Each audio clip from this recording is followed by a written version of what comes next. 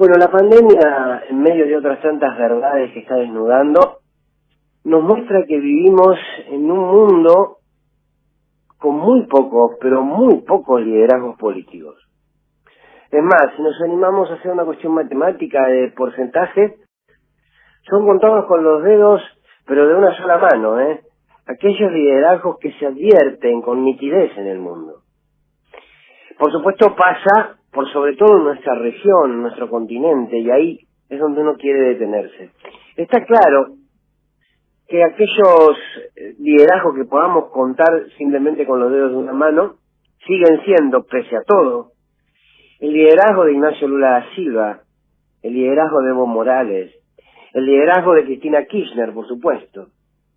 Liderazgo que, más allá de esta coyuntura, más allá de los avances y los retrocesos de estos últimos años, siguen siendo muy potentes. Y que sin duda lo van a hacer de cara al futuro. La historia grande de los pueblos les ha reservado un lugar de privilegio. Liderazgos que ya no podrán detenerse. El futuro los va a pensar, el futuro los va a estudiar. Pero sobre todo, en el futuro van a despertar y van a multiplicar conciencias políticas para las nuevas generaciones. Estos liderazgos están. A partir de esta pandemia aparece el actual presidente Alberto Fernández, que comienza a ejercer un liderazgo, pero sustentado en cómo está capitaneando esa lucha contra el coronavirus. Para hacer un liderazgo político amplio y consolidado, como muchos ya se adelantan a decir, deberá, una vez pasada la pandemia, conducir al país con una clara filosofía política, con claras convicciones, que sin duda la tiene, pero con un modelo sin dobleces.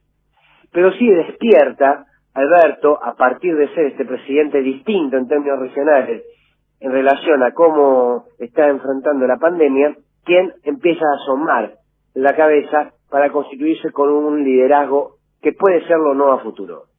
Pero cuando uno ve y escucha a Bolsonaro, a Donald Trump, a Piñera, a Lenín Moreno, y si nos trasladamos a Europa lo vemos, qué sé yo, a Boris Johnson, llegamos a una misma conclusión: el enorme problema de los liderazgos políticos que tenemos, insisto, en el mundo, pero sobre todo en la región. Hombres como el presidente de Brasil o de los Estados Unidos, payasos que salen a decir en el momento en que ellos creen oportuno lo que se les ocurre, sin estrategia, sin responsabilidad social y política, porque no son otra cosa que una individualidad ejerciendo el poder, una individualidad enamorada de ella misma, que consolida ese poder a partir de forjar una imagen que no es más que una cáscara con la que ganar un electorado determinado.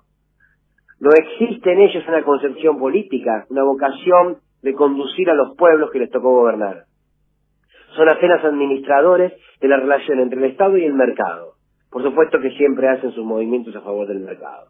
Asesorados por técnicos burócratas que piensan en qué conviene decir para satisfacer al mercado. Me pregunto hacia dónde va el mundo sin liderazgos políticos. Lo estamos viendo con la pandemia. Los países presididos por individualidades grotescas, imbéciles y personajes mediáticos politizados sin política, trataron a la pandemia con idéntica desidia con la que gobiernan. Y la gente se les muere todos los días. En sus gestiones de gobierno y por supuesto ahora en las pandemias. Los liderazgos son otra cosa. Los liderazgos ponen en juego valores, principios, ideas. Buscan trasladar el mundo de las ideas y llevarlo a la práctica. Los líderes motivan, convencen, inspiran, seducen. Un mundo sin liderazgo político, una región sin ellos, es un mundo atomizado, despolitizado. No es que los líderes, ojo, no es que no surjan, desde las entrañas de su pueblo. Claro que sí, están en algún lugar, en esas organizaciones de base, en algunos sindicatos. Ahora, la ausencia de su presencia en los lugares de poder, donde hay mayor determinación, han sido corridos de escena. Porque precisamente este mundo neoliberal ha dañado la política y en ese proceso de daño a la política, daña a los liderazgos.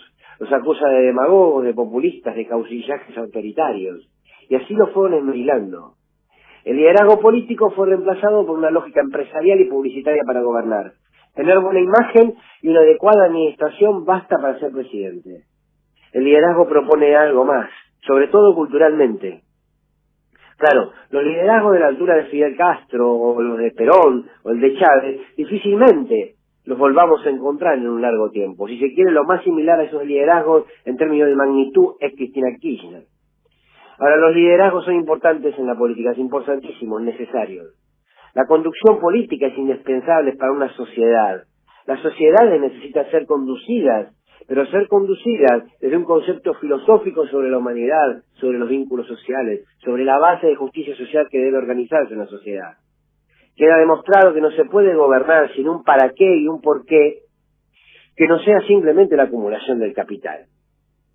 Y como reflexión final, para poner en valor la importancia de los liderazgos políticos y la gravedad de su ausencia, Juan Domingo Perón decía que para conducir al pueblo, la primera condición es que uno haya salido del pueblo y piense como el pueblo. Quien se dedica a la conducción debe ser profundamente humanista. El conductor siempre trabaja para los demás, jamás para él y por él. Eso decía Juan Domingo Perón. Quizás la ausencia de liderazgos y conductores políticos en la región, en el mundo, tenga que ver con que el neoliberalismo le venía dando la batalla al humanismo. ¿Cambiará esto? Sin duda, será un desafío de cara al futuro. La columna de Fernando Borroni.